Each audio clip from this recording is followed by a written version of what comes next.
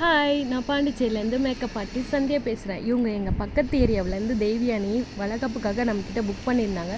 இவங்க பெருசாக மேக்கப் எதுவும் பண்ணது இல்லையா, இப்போ தான் ஃபஸ்ட் டைம் பண்ணுறாங்களா. அதனால் இவங்களுக்கு ஒரு சந்தேகம், எனக்கு ஃபவுண்டேஷன் அதிகமாக அப்ளை பண்ணி என்னை பூத மாதிரி காமிச்சிடாதீங்க, என்னை நானாக காமிங்க, அதுவே எனக்கு போதும், நான் கேட்ட மாதிரி ஹேர் ஸ்டைல் பண்ணி கொடுத்தா போதும் அப்படின்னு சொல்லியிருந்தாங்க. ஆனால் அவங்களுக்கு மேக்கப் பண்ணி முடிக்கிற வரைக்கும் ஒரு சின்ன மனசில் ஒரு பயம் இருந்துகிட்டே இருந்துச்சு.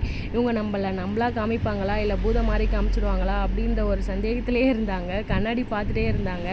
ஐயோ, அவங்களுக்கு ஏதோ டிஃப்ரெண்ட்டாக தெரியுது என்னோடய ஃபேஸ் அப்படின்னு சொல்லிக்கிட்டே இருந்தாங்க.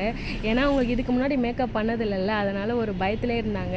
ஆனால் நான் அப்படிலாம் பண்ணவே மாட்டேன். நான் எப்பவுமே அவங்க கேட்ட மாதிரி தான் மேக்கப் பண்ணி கொடுப்பேன். அதுவும் என்னோடய ஸ்டைலில் தான் நான் பண்ணுவேன். அவங்களுக்கும் அது ரொம்ப பிடிக்கும், நான் நம்புவேன். அதே மாதிரி அவங்களுக்கு பிடிச்ச மாதிரி அவங்க வாயிலேருந்து நல்லா இருக்குன்னு சொல்கிற மாதிரி தான் நான் மேக்கப் பண்ணியிருந்தேன். அவங்க சித்திக்கு, அவங்க பெரியம்மாவுக்கு எல்லாருக்குமே என்னோடய மேக்கப் பிடிச்சிருந்தனால என்னோடய கான்டாக்ட் நம்பர் வாங்கிட்டு மேக்கப் ரொம்ப நல்லா இருக்குன்னு சொல்லிட்டு போனாங்க. அதுவே எனக்கு ரொம்ப சந்தோஷமாக இருந்துச்சு. நான் ரவுண்ட் புட்டு வச்சுருந்தேன், அவங்க கோபுர புட்டு வைக்கணும்னு சொல்லிட்டு அவங்களே செலக்ட் பண்ணி கொடுத்தாங்க. நானும் அவங்க கேட்ட மாதிரியே கோபுர புட்டு வச்சு அவங்க கேட்ட மாதிரியே பண்ணி கொடுத்துருந்தேன்.